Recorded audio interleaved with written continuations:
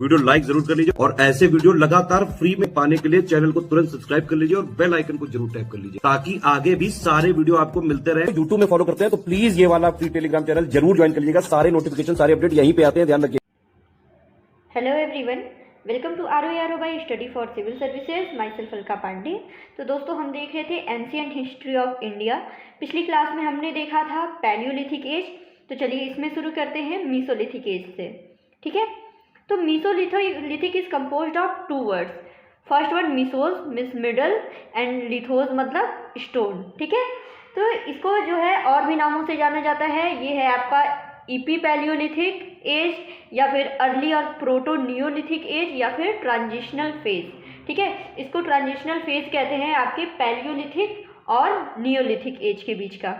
ठीक, इसके बारे में फर्स्ट इन्फॉर्मेशन, ठीक है, इसके बारे में जो फर्स्ट इन्फॉर्मेशन मिली थी वो दी थी आपके CL कार्लाइल ने।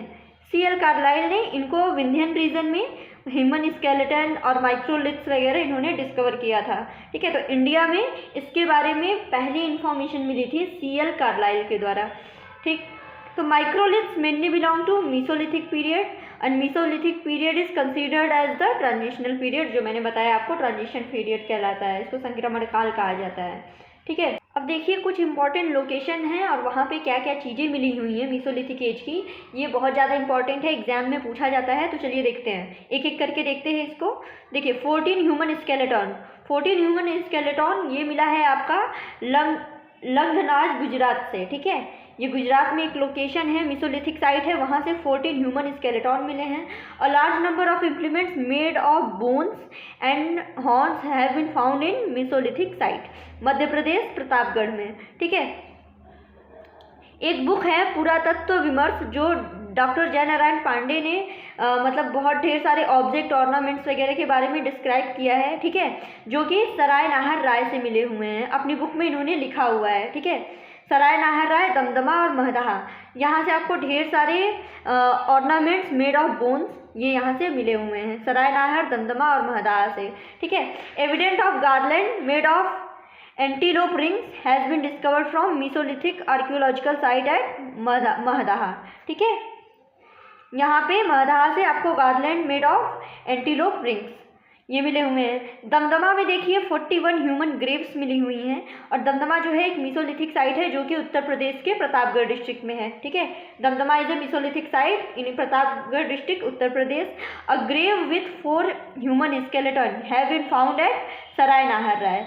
In addition to Mesolithic small stone tools, 17 human skeleton had been found from rock shelter number of 1 Lekhia Vindhya region. ठीक है, विंध्या रीजन में आपको 17 ह्यूमन स्केलेटन मिले हुए हैं, सराय नाहर राय में 4, दमदमा में 41 ह्यूमन ग्रेव्स मिली हुई हैं।